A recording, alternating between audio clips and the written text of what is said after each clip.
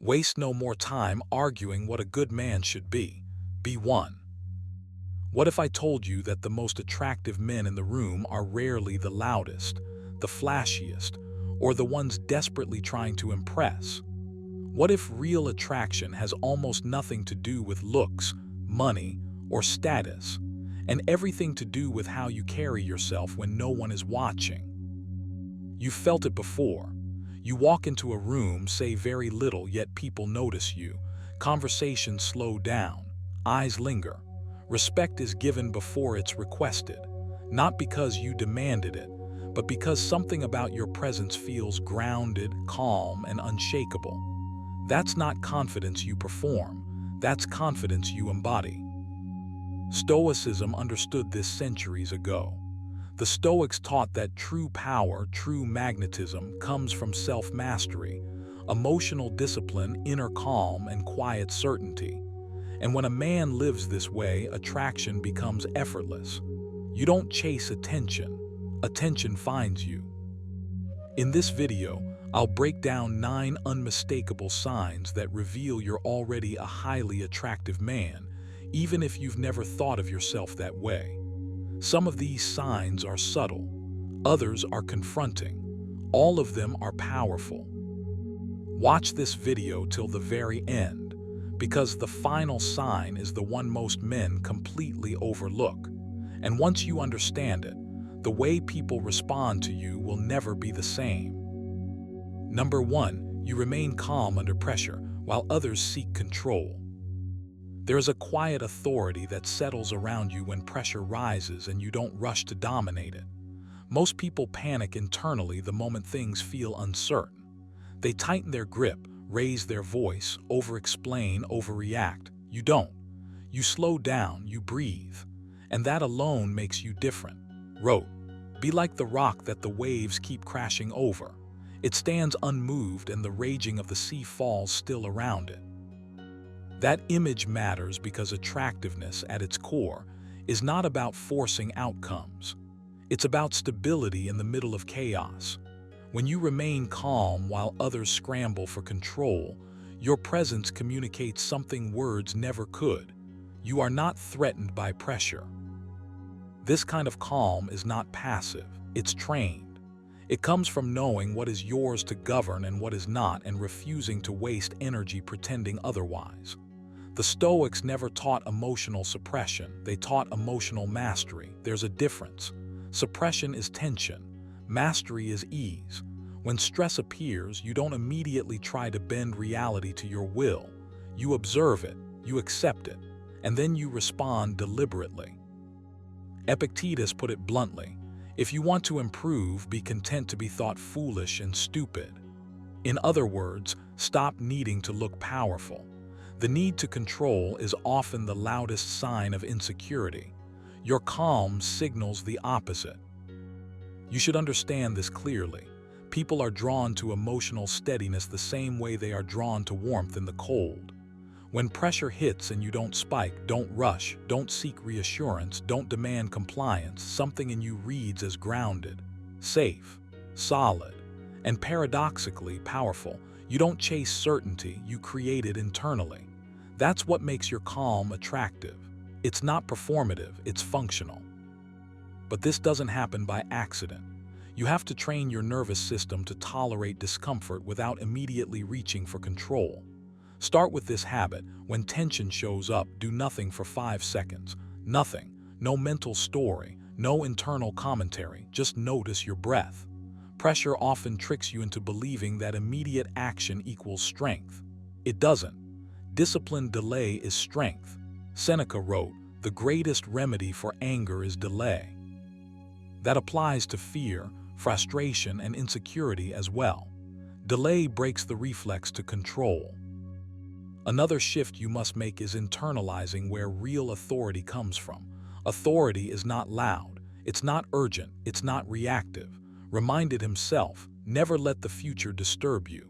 You will meet it if you have to with the same weapons of reason which today arm you against the present. When you trust your ability to handle what comes, you stop trying to preempt everything. That trust creates calm, and calm creates attraction. You also need to drop the habit of explaining yourself under pressure. Over-explanation is a subtle form of seeking control. It's the mind saying, if I can just make this clear enough, I'll feel safe. But safety doesn't come from being understood. It comes from being centered. Practice saying less. Practice letting silence do its work. Silence, when paired with composure, unsettles people who rely on dominance to feel secure. You don't need to match their energy. You need to remain rooted. Here's a practical exercise you should adopt daily. Choose one moment where you would normally assert, correct, or push. Instead, soften your body. Relax your jaw, lower your shoulders, keep your voice slow if you speak at all. This isn't about submission, it's about regulation. You're teaching your system that you don't need to seize control to survive discomfort. Over time, this rewires you. Calm becomes your default, not your effort. The Stoics believe that emotional turbulence comes from misplaced judgments. Epictetus said, "It's not what happens to you, but how you react to it that matters." When others seek control, it's usually because they've judged the situation as threatening to their identity or status. You don't do that. You separate events from self-worth. Pressure becomes information, not an insult. And that shift alone makes you magnetic. You should also practice voluntary restraint, not reacting when you could, not asserting when you're tempted, not proving yourself when the urge arises. Seneca warned, "No man is free who is not master of himself." Mastery shows up as restraint under stress. Anyone can be calm when things are easy. Very few can remain composed when stakes feel high. That rarity is what people feel around you, even if they can't articulate it. There's another layer to this. When you don't seek control, you also don't seek validation. You're not fishing for agreement, compliance, or reassurance. You're anchored. That anchoring creates a sense of inevitability about you. You're not trying to win the moment, you're managing yourself. And that's the highest form of influence. People trust those who trust themselves. To strengthen this further, add a nightly reflection. Ask yourself where you reacted instead of responded, where you tried to steer instead of steady. Don't criticize yourself, just observe. Used his journal this way, not to vent, but to recalibrate. Each reflection tightens the gap between impulse and action. Each day, your calm becomes less forced and more natural. Understand this clearly. Remaining calm under pressure doesn't make you cold. It makes you precise. It allows you to choose the right action instead of the loud one.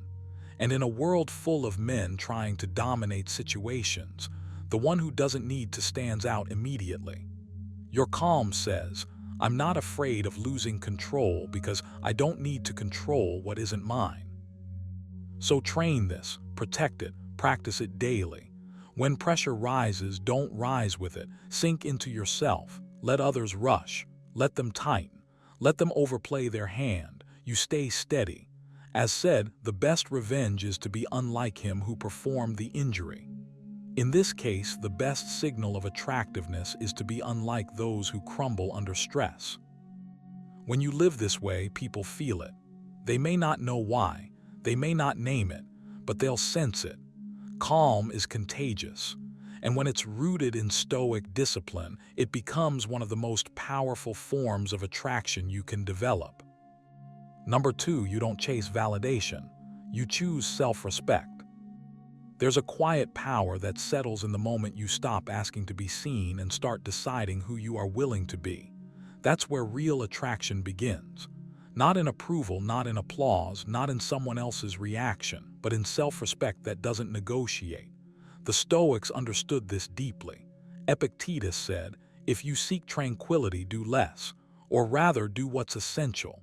Chasing validation is never essential. It's exhausting. Choosing self-respect is lighter, sharper, and far more magnetic. When you don't chase validation, you're not becoming cold or distant. You're becoming grounded. You stop leaning outward for reassurance and start standing inward with certainty. That shift changes how you speak, how you move, how you pause. You no longer rush to explain yourself. You no longer overextend to be liked. You no longer trade dignity for attention. Reminded himself, the best revenge is to be unlike him who performed the injury. Extend that idea. Be unlike the man who begs to be chosen. Be the man who chooses himself. This attitude demands a break from old habits. You must catch yourself in moments where you're tempted to perform instead of act, where you want to say something not because it's true, but because you hope it will be received well. Stop there. Pause. Ask yourself one honest question. Would I still do this if no one noticed? If the answer is no, reconsider. Self-respect grows when your actions align with your values, not with expected reactions. Seneca wrote, "No man is free who is not master of himself." Validation seeking is a form of bondage. Self-respect is release. Here's the truth you need to accept. Validation is never enough. It's a moving target that keeps you running. One approval leads to another hunger. One compliment demands the next. And over time, you lose the ability to sit comfortably with yourself. That discomfort leaks into everything. Self-respect reverses this pattern. It teaches you to tolerate silence, to stand firm without reinforcement, to approve of yourself before the world weighs in. And paradoxically, this is what makes others lean in. You build this by changing what you reward internally. Stop rewarding yourself for being noticed. Start rewarding yourself for being consistent, for keeping promises to yourself, for maintaining boundaries even when it costs you approval. Wrote, "Waste no more time arguing about what a good man should be. Be one." Attraction isn't something you argue into existence. It's something you embody through daily discipline. One practical exercise you need to adopt is validation fasting.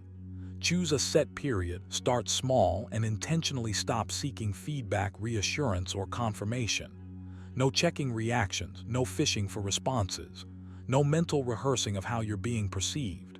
When the urge appears, don't fight it, observe it, label it, let it pass. This trains you to separate your sense of worth from external signals. It's uncomfortable at first. Good.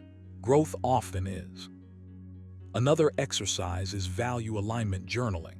Each night, write down 3 moments where you acted in alignment with your principles, regardless of outcome.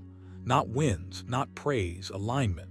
Over time, this rewires your internal reward system. You begin to feel satisfaction not from being liked, but from being solid. Seneca advised, "Be content with what you are and wish not change, nor dread the last day." Contentment doesn't come from attention. It comes from coherence. You'll notice a change in how you carry yourself when self-respect becomes your anchor. Your words slow down. Your reactions soften. You don't feel the need to fill space. Silence stops feeling like rejection and starts feeling like presence. You become selective with your energy, not because you think you're superior, but because you finally understand your worth. This selectivity is attractive because it signals abundance, not of options, but of inner stability. There will be moments when choosing self-respect feels lonely, when validation would be easier, when bending would bring quicker approval. Don't confuse ease with progress. Warned, what does not make a man worse also does not make his life worse. Temporary discomfort does not diminish you. Compromised dignity does. Each time you choose self-respect, you reinforce an identity that doesn't crumble under pressure. A crucial habit to build here is response restraint. Not everything deserves a reply. Not every opinion requires acknowledgement. Not every silence needs to be filled. Practice letting things stand. This isn't arrogance, it's discipline. Epictetus said, "It is better to be silent and be thought a fool than to speak and remove all doubt." Silence, when chosen, is confidence. It tells the world you're not desperate to be understood, you're committed to being grounded. As you live this way, something subtle but powerful happens. You stop being emotionally available to manipulation. Praise doesn't inflate you. Criticism doesn't dismantle you. You remain centered, and that emotional consistency is rare. It signals maturity, strength, reliability. Attraction rooted in self-respect isn't flashy, it's steady. And steadiness is what people trust, admire, and gravitate toward. So take action now. Audit your behaviors. Identify where you're still seeking permission to feel worthy. Cut those habits cleanly. Replace them with practices that reinforce inner approval. Discipline your attention. Guard your standards. Choose yourself daily, not loudly, not but decisively. Remember this line from, "If it is not right, do not do it. If it is not true, do not say it." When you live by that, validation becomes unnecessary. You don't chase validation because you've learned something better. You've learned to respect yourself. And that choice, quiet, firm, repeated, is one of the most attractive forces a man can possess. Number 3, you speak less, but every word carries weight. There's a reason silence has always unsettled people more than noise. When you speak less, you remove the clutter that most men hide behind. You stop filling space just to prove you exist, and in that restraint, your presence sharpens. The Stoics understood this deeply. Epictetus said, "We have 2 ears and 1 mouth so that we can listen twice as much as we speak." That wasn't a polite suggestion. It was a strategy. When you reduce your words, you increase their density. Each sentence carries intention. Each pause carries authority. You don't need to announce yourself when your composure already does the work. The man who talks constantly leaks his inner state. His urgency, his need for approval, his insecurity, it all spills out between unnecessary words. But when you slow down your speech, when you choose not to react immediately, you begin to control the tempo of every interaction. And control of tempo is power. Wrote, "Let your speech be brief and to the point. Not clever, not impressive, to the point." That discipline alone separates you from the crowd. This isn't about becoming mute or cold. It's about becoming deliberate. Every time you resist the impulse to fill silence, you train yourself to tolerate stillness. Most people can't. Silence forces them to confront themselves. When you can sit comfortably in it, others feel it. They lean in. They pay attention. Because what is rare is valued and what is restrained is respected. You don't chase attention with volume. You draw it in with gravity. If you want to adopt this habit, you must start by observing your own speech. Not judging it, observing it. Notice how often you speak to relieve tension rather than to communicate meaning. Notice how often you explain when no explanation is required.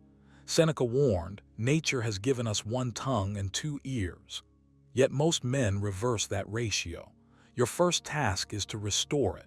For the next week, practice intentional pauses. Before you speak, take 1 breath, just 1. Ask yourself silently, is this necessary? Is this true? Does this add weight or just noise? If it doesn't pass at least one of those gates, let it go. As you do this, you'll feel an internal resistance, a subtle anxiety. That's the old habit dying, the need to be seen, the need to be understood immediately. Let that discomfort sit. Stoicism isn't about suppression, it's about mastery. You're not silencing yourself, you're refining yourself. When you finally do speak, your words land differently because they were chosen, not spilled. There's another layer to this. Speaking less forces you to listen more, and listening sharpens perception. You begin to hear what people actually mean, not just what they say. You pick up on tone, rhythm, hesitation. This makes your responses precise instead of reactive. Epictetus reminded his students, "First say to yourself what you would be, and then do what you have to do." Speaking less gives you time to align your response with who you're trying to become. You stop contradicting yourself with careless words. Here's a practical exercise that will feel uncomfortable but powerful. Choose 1 full day where you reduce your verbal output by half. Not dramatically, just intentionally. Shorter sentences, fewer justifications, more listening. At the end of the day, reflect. Did your absence of words weaken you or did it steady you? Most discover the same thing: nothing collapsed. In fact, things clarified. You'll notice that when you finally speak, people remember what you said, because you didn't drown it in excess. Another exercise is what the Stoics practiced privately: written speech. Instead of voicing every thought, write it, put it on paper. This trains your mind to organize itself before expression. Did this relentlessly in his journals. Writing teaches you restraint. It filters emotion through reason. Over time, that discipline carries into your spoken words. You stop rambling because your mind has learned structure.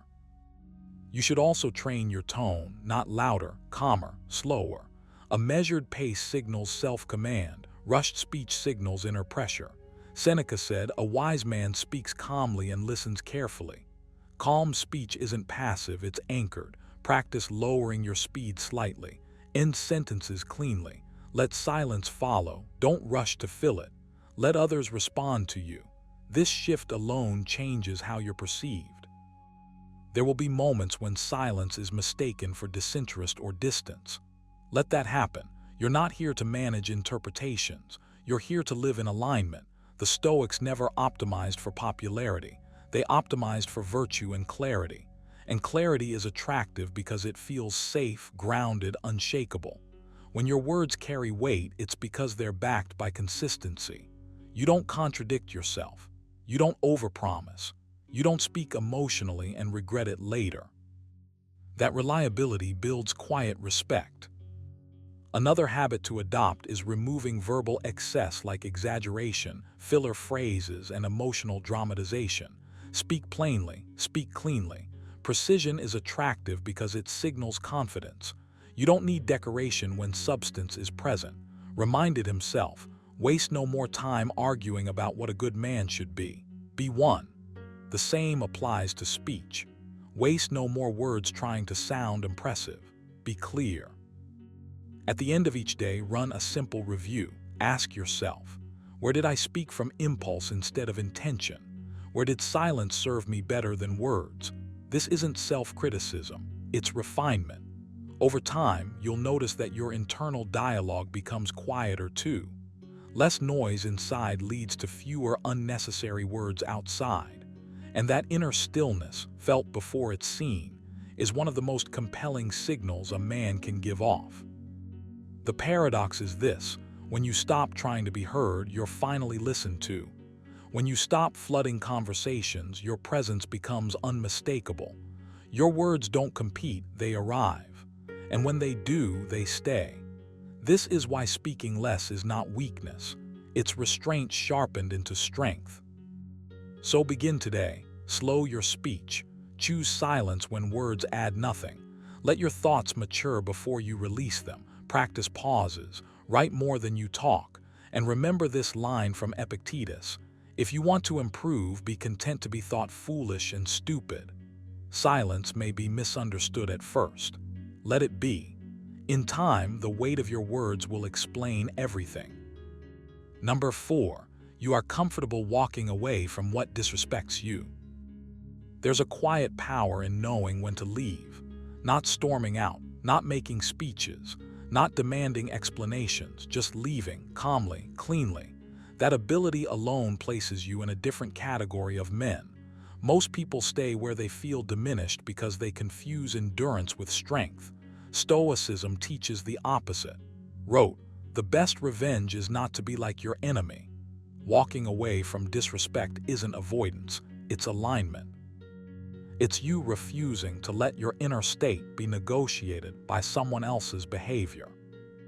When you're comfortable walking away, you stop advertising desperation. You stop bargaining with your self-respect. You no longer hover, hoping that better treatment will eventually arrive if you wait long enough. You already know the truth. Whatever requires you to shrink, explain yourself repeatedly, or tolerate subtle erosion of dignity is costing you more than it gives. That awareness changes how you move. You don't cling. You don't chase closure. You don't try to be understood at the expense of being respected. You choose yourself without drama. This comfort doesn't come from arrogance. It comes from inner order, from knowing who you are when no one is watching. Epictetus made this brutally clear.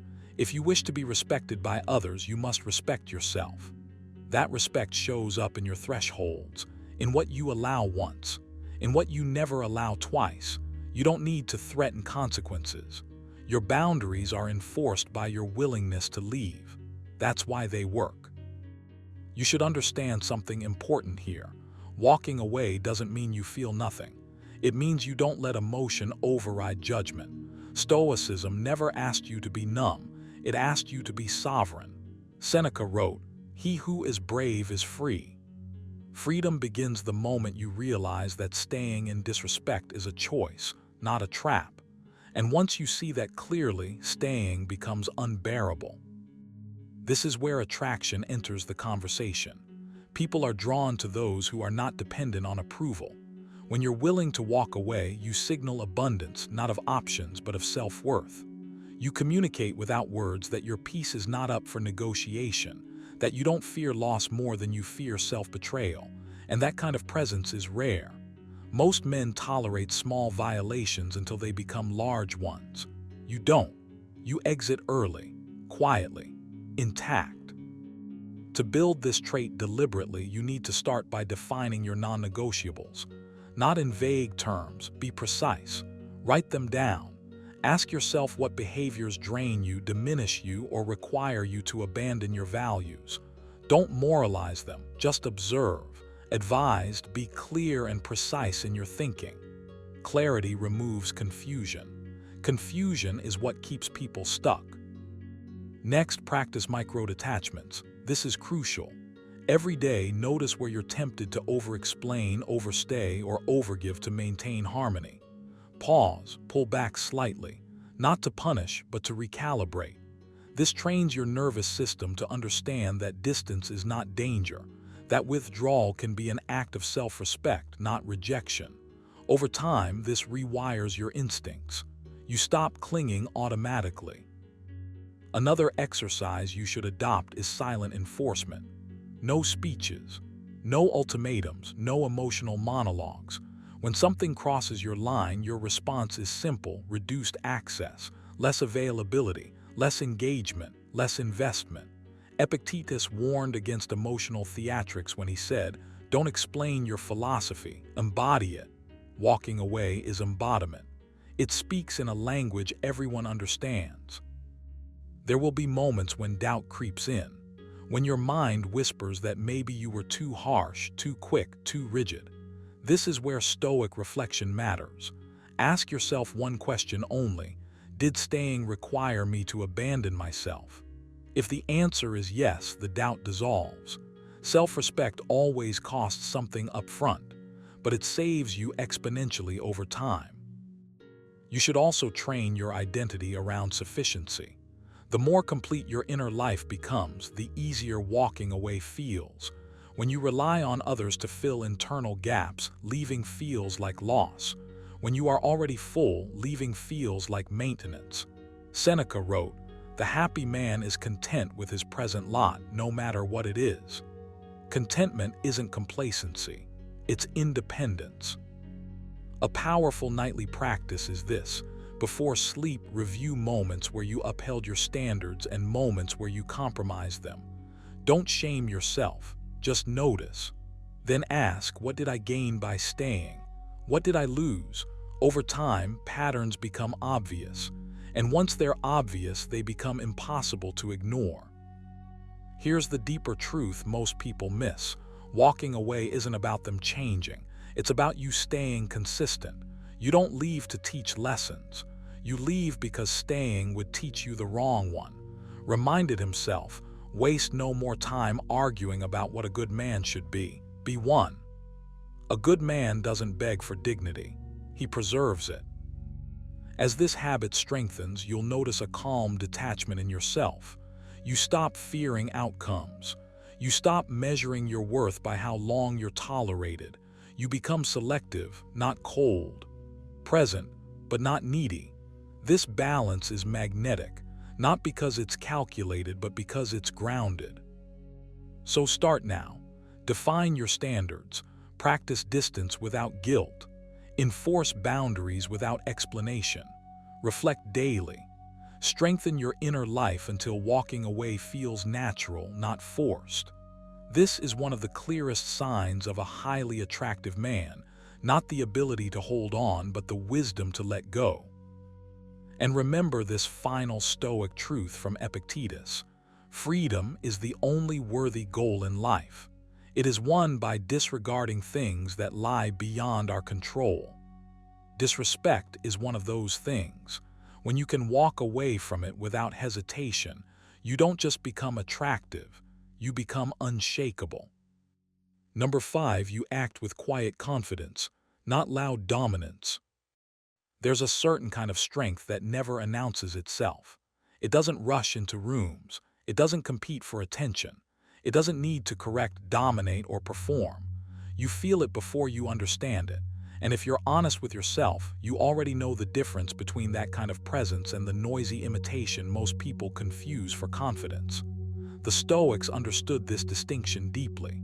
Wrote, "Waste no more time arguing about what a good man should be. Be one." Quiet confidence is exactly that. It's lived, not advertised. When you act with quiet confidence, you stop proving and start embodying. You don't rely on volume, posturing, or force to feel significant. You trust your footing. You move at your own pace. You're not in a hurry to be acknowledged because you're already anchored internally. Loud dominance, on the other hand, is restless. It needs witnesses. It needs reactions. It feeds on comparison. And the moment it doesn't get them, it collapses into insecurity. You don't do that anymore, or at least you're learning not to. Because attraction isn't built on noise. It's built on certainty without aggression. This kind of confidence starts the moment you stop outsourcing your self-worth. Epictetus was blunt about this. If you want to be respected by others, you must first respect yourself. Not in theory, in behavior, in restraint, in how you respond when you could react. Quiet confidence shows up when you choose composure over impulse. When you let silence do the work words used to do for you. When you don't rush to fill space just to feel relevant. You don't withdraw, you hold. To adopt this, you have to break a few habits. The first is the habit of over-explaining. Watch how often you justify yourself when no justification is required. Each unnecessary explanation is a small signal of doubt. Practice stopping mid-sentence when you realize you're trying to convince instead of communicate. Let statements stand on their own. Seneca warned, "He who talks more than he should talks less wisely than he might." Wisdom often sounds quieter than ego expects. Another shift happens in how you handle disagreement. Loud dominance seeks to win. Quiet confidence seeks to understand or disengage. You don't need the last word. You don't need to overpower a perspective to feel secure in your own. This isn't passivity, it's selectivity. You choose where your energy goes. Reminded himself, the best revenge is to be unlike him who performed the injury. Extend that. The best signal of confidence is not mirroring chaos. Your body language follows your inner state. When you're no longer tense about being seen, your movements slow naturally. You take up space without forcing it. You're relaxed but alert, not rigid, not sloppy, present. This isn't something you fake. It emerges when you stop scanning the room for validation. One practical exercise you can start today is stillness training. Several times a day, pause whatever you're doing and simply stand or sit without adjusting yourself. No phone, no distraction. Just stillness for 30 seconds. This conditions your nervous system to be comfortable without stimulation. Comfort with stillness is a cornerstone of quiet confidence. You'll also need to audit your speech patterns. Loud dominance often hides behind exaggeration and certainty theater. Quiet confidence allows nuance. You're not afraid to say, "I'll think about that," or "That's not for me." Short, clean, unemotional. Epictetus taught, make it your study how to die without fear, and you will learn how to live without slavery. Replace fear of death with fear of disapproval, and the lesson holds. When you're not afraid of being disliked, your words gain weight. There's a discipline component here that can't be skipped. Quiet confidence is built when you keep promises to yourself, especially the small ones. When your internal word means something, you don't need external dominance to compensate. Start a daily self-integrity exercise. Each morning, choose one non-negotiable action. Something modest but meaningful. Complete it regardless of mood. No announcement, no reward, just completion. Over time, this builds an internal trust that shows in everything you do. You'll notice that as this trust grows, your need to impress dissolves. You stop performing masculinity and start inhabiting it. Seneca wrote, "A man who suffers before it is necessary suffers more than is necessary." Loud dominance often comes from anticipating disrespect. Quiet confidence assumes none and therefore reacts to none. You don't brace yourself against imagined threats. You remain open but grounded. Another essential habit is learning to pause before responding. Not dramatically, just enough to choose. That pause is power. It tells the world, and more importantly, your own mind, that you're not controlled by urgency. Practice this deliberately. When you feel the urge to assert, interrupt, or escalate, take one slow breath through your nose before speaking. This interrupts impulsive dominance and replaces it with deliberate presence. Over time, this becomes automatic. You should also reconsider how you relate to attention. Loud dominance chases it. Quiet confidence allows it or ignores it. Try this exercise. Go through an entire day without trying to influence how you're perceived. No correcting impressions. No adjusting behavior for approval. Just alignment with your values. This is harder than it sounds, but it's transformative. Practice this constantly in his private reflections. He wasn't interested in being admired. He was interested in being right with himself. As you settle into this way of being, something subtle happens. People lean in, not because you demanded it, but because your presence feels stable, unrushed, unneedy. You don't react to provocation, and that alone sets you apart. In a world addicted to noise, restraint becomes magnetic. Quiet confidence is not silence, it's precision. It's knowing when to speak, when to act, and when to let things unfold without interference. It's strength without tension, authority without force, and it's deeply Stoic. Epictetus summed it up cleanly. First say to yourself what you would be, and then do what you have to do.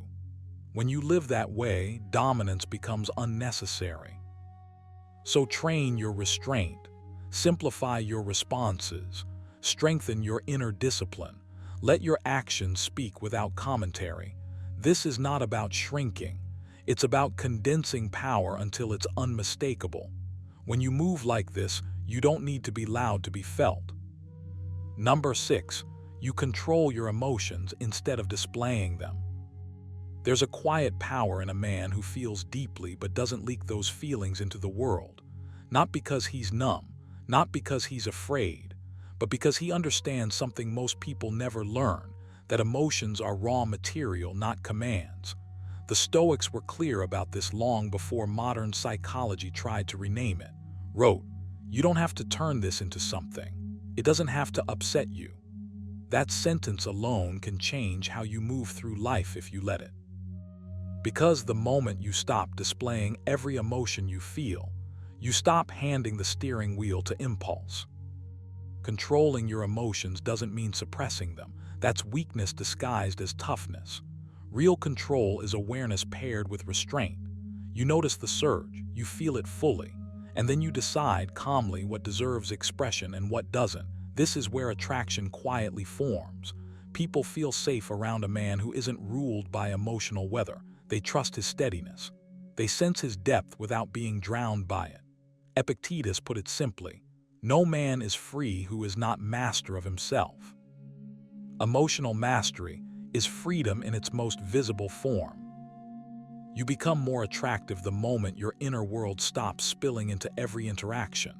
Not because emotions are bad, but because uncontrolled emotions signal instability. When you react instantly, dramatically, predictably, you tell the world exactly how to move you. When you pause, breathe, and respond with intention, you become unreadable in the best way. Calm becomes your signature, and calm is magnetic. It tells others you've been tested internally and passed. This requires practice, not theory. Start with one habit, the pause. Whenever an emotion rises, excitement, irritation, disappointment, desire, you pause before acting or speaking. Just a few seconds. That pause is where control lives. In that space, you ask yourself a single question. Does expressing this emotion serve my values? Not your comfort, not your ego, your values. Seneca warned, he who is angry at anything becomes its slave. The pause breaks the chain before it tightens. Over time, this practice changes how you experience emotions altogether. They lose their urgency. They stop feeling like emergencies. You realize that most feelings peak and fade whether you act on them or not. This realization alone gives you leverage. You stop rushing to discharge emotion through words or behavior. You let it pass through you instead of out of you. And paradoxically, this makes you feel more alive, not less, because you're no longer exhausted by your own inner noise. Another habit you must adopt is emotional labeling, privately, silently. When something stirs inside you, name it without drama. This is frustration. This is excitement. This is anticipation. No story, no justification, just recognition. Did this repeatedly in his private notes. By numbing the emotion, you separate yourself from it. You stop saying, I am angry, and start saying anger is present. That distinction is everything. One traps you, the other frees you. There's also a deeper layer to this. When you stop displaying emotions impulsively, you begin to reclaim mystery, not artificial mystery, natural reserve. You don't rush to explain how you feel. You do narrate your internal state. You let your actions speak. And actions, when guided by reason instead of emotion, carry far more weight. People lean in. They pay attention, not because you demanded it, but because your composure earned it. You'll notice resistance at first. The urge to vent, to clarify, to be understood immediately. Resist that urge. Not forever, just long enough to choose wisely. Epictetus reminded us, make it your study to confront every harsh appearance with the words, you are but an appearance and not absolutely the thing you appear to be.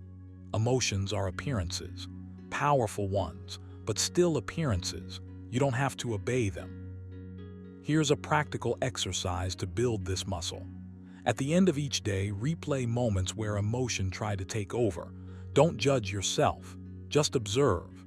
Ask, did I respond or react?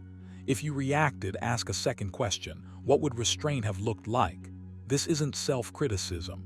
It's training.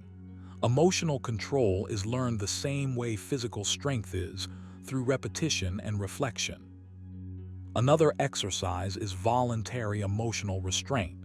Choose one situation each day where you consciously withhold expression. Not to manipulate, to practice. It might be excitement, it might be irritation.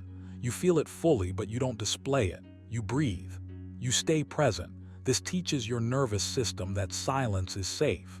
That expression is a choice, not a reflex. Over time, this creates a grounded confidence that others can sense immediately. As you refine this, you'll also notice that your words become fewer but sharper. You stop over-explaining. You stop filling space with emotion-laced language. Your communication becomes clean, direct, measured. Seneca wrote, true happiness is to enjoy the present without anxious dependence upon the future. Emotional control anchors you in the present. You're not projecting, not fantasizing aloud, just here, just steady. This steadiness is deeply attractive because it signals maturity. Emotional maturity, not emotional absence. You still feel joy, desire, concern, but you don't broadcast them as a way to seek reassurance or reaction. You carry them with dignity, and dignity is rare. In a world addicted to expression, restraint stands out. Eventually, something subtle but powerful happens. Your emotions begin to work for you instead of against you. Anger turns into resolve. Desire turns into focus. Excitement turns into momentum. You don't lose emotion, you refine it. Said, the best revenge is not to be like your enemy. Extend that idea inward. The best mastery is not to be like your impulse. So start today. Practice the pause. Name the feeling. Choose restraint. Reflect nightly. Build the habit quietly. This isn't about becoming cold. It's about becoming centered. And a centered man doesn't need to display emotion to be felt. His presence does the work for him. Number 7. You keep strong boundaries without explaining or apologizing. There's a quiet power in a man who can say no without flinching, without a long speech, without softening his stance to be more digestible. You feel it immediately, and more importantly, you feel it internally when you start living this way. Strong boundaries, held calmly and without apology, are not a social tactic. They're a reflection of self-respect that has settled deep into your bones. The Stoics understood this. Epictetus made it unmistakably clear when he said, "If you want to improve, be content to be thought foolish and stupid." In other words, stop explaining yourself to people who don't need an explanation. Your boundary is not a courtroom argument. It's a decision. When you keep strong boundaries without explaining or apologizing, you signal something rare. You trust yourself. You don't need consensus to move. You don't negotiate with guilt. You don't over-clarify to manage other people's emotions.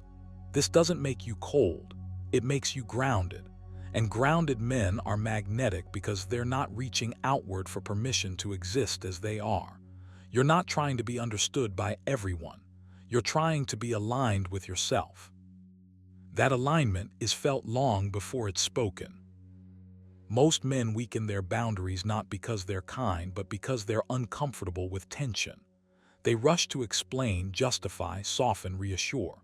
Notice that impulse in yourself, that tightening in the chest when you sense disapproval, that urge to say more than necessary. This is where the work begins. Reminded himself, if it is not right, do not do it. If it is not true, do not say it.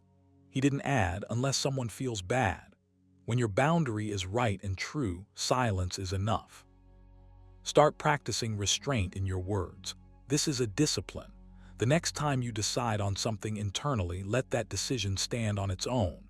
No preamble, no defense, no emotional cushioning, just clarity. You'll feel exposed at first. That's normal. You're withdrawing a habit of over-explaining that once served as emotional armor. But armor that's too heavy eventually slows you down. Strong boundaries lighten you. They make your movements deliberate instead of reactive. Here, something you need to internalize. Apologizing for a boundary teaches others to see it as a flaw. You're subtly telling them that your limit is an inconvenience, that it's negotiable if they push correctly. Seneca warned, "No man is free who is not master of himself." Every unnecessary apology hands a piece of that mastery away. This doesn't mean you become rigid or hostile. It means you stop confusing politeness with self-betrayal. To build this muscle, you need deliberate practice. One simple exercise is boundary rehearsal. Each day, choose one internal decision, small or large, and commit to honoring it without explanation. You don't announce it. You don't dramatize it. You just live it. Notice the discomfort that arises. Don't escape it. Let it sit. Breathe. This is you training your nervous system to tolerate disapproval without collapsing into justification. Over time, that discomfort fades. What replaces it is calm authority. Another exercise is language reduction. Begin trimming your sentences. Remove excess qualifiers. Notice how often you add emotional padding, words meant to make your boundary more acceptable. Practice stating things cleanly, then stopping. Silence afterward is part of the boundary. Wrote, "The best revenge is to be unlike him who performed the injury." Extend that idea inward. Be unlike the version of yourself that needed approval to feel secure. As you strengthen this habit, something subtle but profound happens. Your presence changes. You're no longer scanning for reactions. You're no longer adjusting mid-sentence to keep the peace. Your energy becomes contained, directed. People feel that containment as confidence, not performative confidence, quiet confidence. The kind that doesn't need to announce itself because it's too busy being consistent. You must also confront the false belief that boundaries push people away. Weak boundaries repel respect far more efficiently. When you explain too much, apologize too quickly, or bend too often, you teach others how to treat you. Stoicism isn't about pleasing or provoking. It's about living in accordance with reason. Epictetus said, "First learn the meaning of what you say and then speak." If your boundary has meaning to you, that's enough. You don't owe the world a thesis. There will be moments when holding a boundary feels lonely. That's part of the refinement process. You're shedding dependence on external validation. Seneca spoke often about solitude, not as isolation, but as self-sufficiency. When you no longer need to explain yourself, you gain access to a deeper sense of autonomy. You begin to move through life less influenced by pressure and more guided by principle. End your day with reflection. Ask yourself where you over-explained, where you apologized for existing, where you abandoned your own line to maintain comfort. Don't shame yourself, just notice. Then ask a better question. What would it look like to trust myself a little more tomorrow? This is how boundaries become instinctive instead of forced. Strong boundaries without explanation are not about dominance. They're about coherence. Your thoughts, values, and actions start pointing in the same direction. That coherence is attractive because it's rare. It tells the world you are not easily moved, not easily shaken, not easily pulled off course. Captured this perfectly when he wrote, "Be like the rocky headland on which the waves constantly break. It stands firm, and around it the seething waters are laid to rest." Stand firm, say less. Apologize only when you've done wrong, not when you've done right for yourself. Build the habit slowly, deliberately, relentlessly. Because the man who holds his boundaries calmly doesn't need to chase respect. It follows him. Number 8, you focus on purpose, not approval. There's a quiet power that settles into you the moment you stop asking the world for permission to move. You feel it when your days stop revolving around being noticed and start revolving around being used well. Purpose does that. It rearranges your priorities without force. Approval, on the other hand, keeps you restless. The Stoics understood this deeply. Reminded himself, if you do the work before you, following reason seriously, vigorously, calmly, you will live well. Notice what's missing there. No applause, no reassurance, no crowd, just the work, just reason, just forward motion. That is where real attraction begins, whether anyone admits it or not.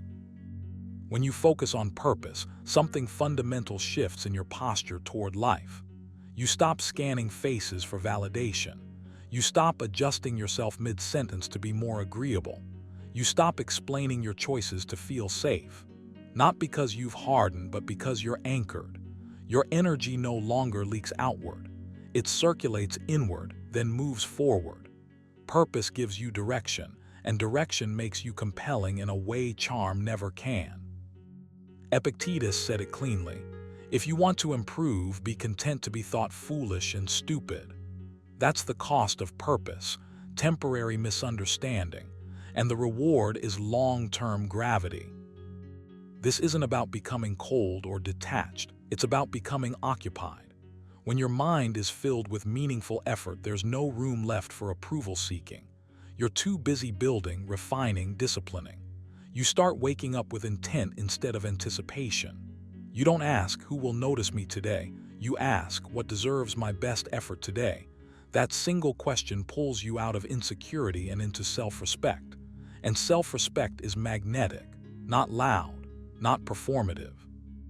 Just undeniable. To live this way, you have to train yourself out of a habit most people never question, the habit of emotional outsourcing. Approval seeking is simply handing the steering wheel of your inner state to others. One look, one word, one silence, and your mood shifts. Purpose takes the wheel back. Seneca warned, "He who depends on another does not possess himself." Read that slowly. Possessing yourself is the foundation of attraction. You can't be compelling while constantly checking if you're accepted. Start with a daily alignment exercise. Every morning before the world gets a vote, write down one sentence that defines your purpose for the day. Not a goal, a standard, something like how you intend to show up mentally and ethically. Then commit to honoring it regardless of reaction. This trains you to act from principle, not feedback. At first, it will feel uncomfortable. You may feel unseen. That's good. That's withdrawal from approval addiction. Stay with it. As you do this, your speech changes. You become more economical with words. You don't fill silence. You don't overshare to bond. You don't rush to agree. Advised, let your actions be guided by purpose, not the desire to be seen. When you live by that, people sense depth without you advertising it. You become someone whose presence feels intentional, not needy. And intention is attractive because it signals stability. Another habit to adopt is delayed reaction. When praise comes, acknowledge it lightly and move on. When criticism comes, pause before responding. Ask yourself whether it touches your purpose or merely your ego. If it doesn't serve your direction, let it pass through without resistance. This isn't arrogance, it's filtration. Purpose teaches you what deserves your attention and what doesn't. Epictetus again. Make it your study to confront every impression with the question, what is this to me? Most opinions fail that test. There will be moments when focusing on purpose makes you feel alone. That's not a flaw, it's a transition. You're stepping out of the crowd's rhythm and into your own. Loneliness here isn't emptiness, it's space. Space to think clearly, space to choose deliberately, space to grow without performance. Seneca wrote, "It is better to be despised for simplicity than admired for falsehood." Purpose strips away falsehood because it doesn't require a mask. It only requires consistency. You should also practice non-announcement. Do the work without broadcasting it. Let results speak later or not at all. This builds internal validation, the ability to feel satisfied because you kept your word to yourself. That satisfaction is steady. It doesn't spike and crash like external praise. Over time, it becomes your baseline. And when that happens, your confidence stops fluctuating. You become calm in rooms where others are restless. Calmness, when it's rooted in purpose, is profoundly attractive. Here's a practical reflection you can use weekly. Ask yourself 3 questions. Where did I choose approval over purpose this week? Where did I hesitate because I wanted to be liked? Where did I act in alignment even when it cost me comfort? Answer honestly. No self-attack, just clarity. Treated reflection as maintenance, not punishment. Purpose doesn't demand perfection. It demands awareness. As you strengthen this way of living, you'll notice something subtle but important. People respond to you differently. Not because you changed your personality, but because you changed your center of gravity. You're no longer orbiting others. You're standing in your own axis. That steadiness communicates confidence without effort. You don't need to convince anyone. You don't need to chase interest. You're engaged with something larger than being chosen. The deepest irony is this: when you stop seeking approval, you become more respected. When you stop performing, you become more compelling. When you stop asking to be validated, you give others permission to feel safe around you. That safety isn't softness, it's certainty.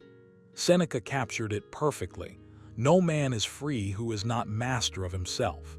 Mastery begins the moment purpose outranks approval.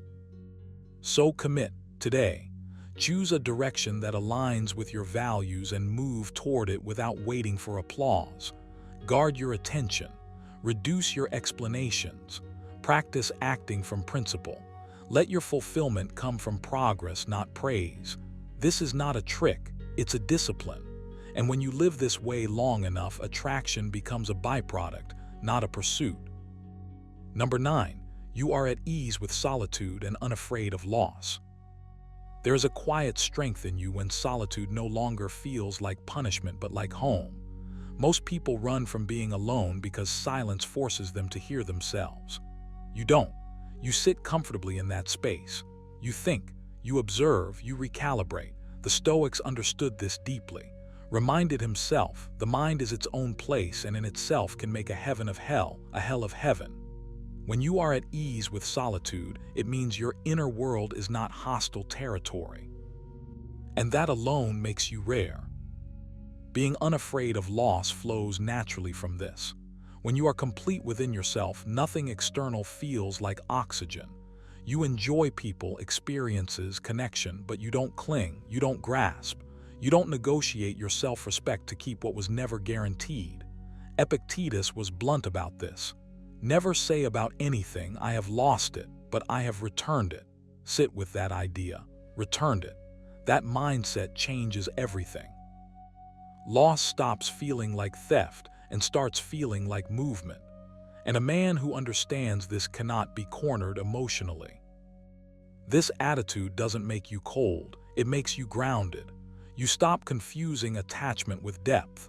You stop mistaking neediness for loyalty. You show up fully, but you don't dissolve yourself into anyone else. That balance is magnetic. People sense when you are choosing them, not depending on them. And choice carries weight, need does not. To live this way, you must train yourself deliberately. Solitude is a skill, not a personality trait. Start by creating intentional periods of aloneness. No noise, no distractions, just you and your thoughts. At first, your mind will itch. It will look for stimulation, validation, escape. Don't give it what it wants immediately. Sit longer than is comfortable. This is not punishment. This is conditioning. Seneca advised, "Set aside a certain number of days during which you shall be content with the scantiest and cheapest fare, and ask yourself, is this what I used to dread?" He was training fear out of himself. You're doing the same mentally. As solitude becomes familiar, fear of loss begins to weaken. You realize that losing something external doesn't collapse you. Your routines remain. Your values remain. Your direction remains. This realization is powerful.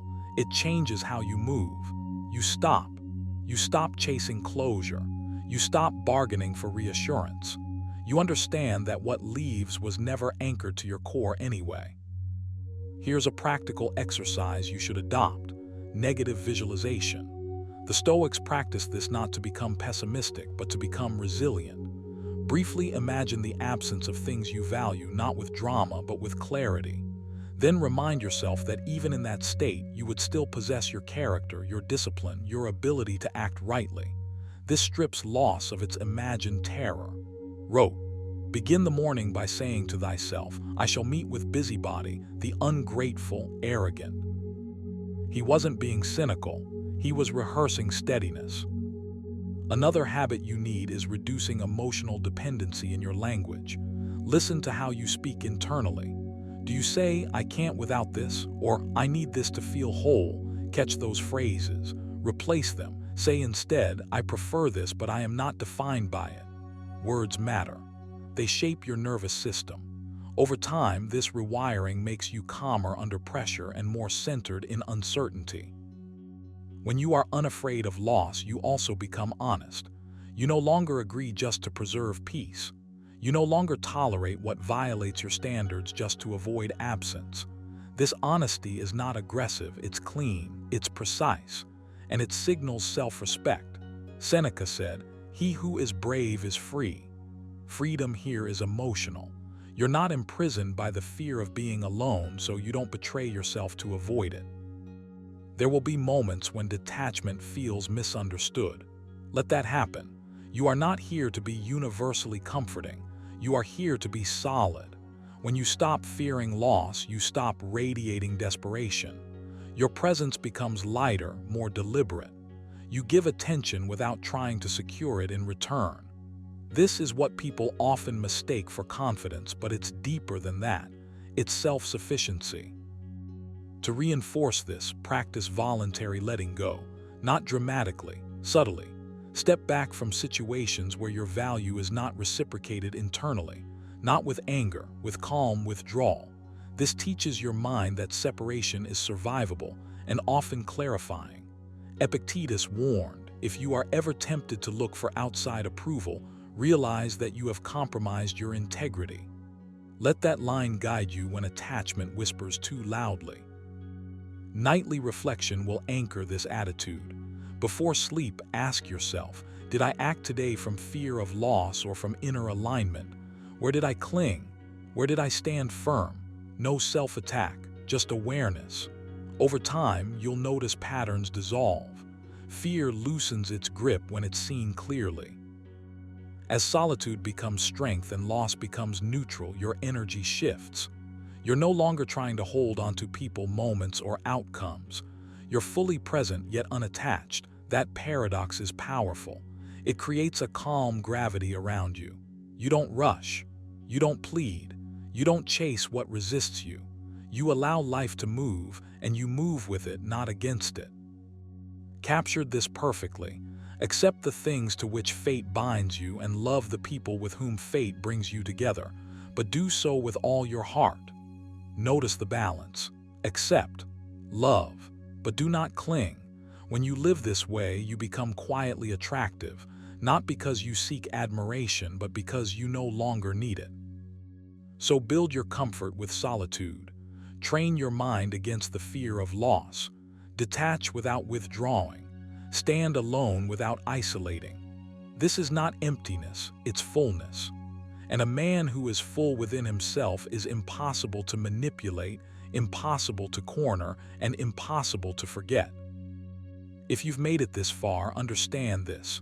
True attraction has very little to do with looks, money, or clever lines. It's built quietly in how you carry yourself when no one is watching. Stoicism teaches that the most powerful men are not the loudest in the room, but the ones who don't chase approval, don't react impulsively, and don't beg to be seen, yet are impossible to ignore. Every sign you heard today points to one thing: inner mastery. When you control your emotions, respect your own boundaries, and move through life with purpose, people feel it. They trust you. They admire you. They're drawn to you without fully understanding why. So take a moment after this video and ask yourself, are your actions aligned with the man you want to become? Because attraction is not something you demand from the world. It's something you earn through discipline, clarity, and self-respect. If this video resonated with you, apply just one principle today. Not tomorrow, today. And if you want more Stoic wisdom that sharpens your mindset, strengthens your presence, and elevates how others perceive you, make sure you subscribe and stay with us.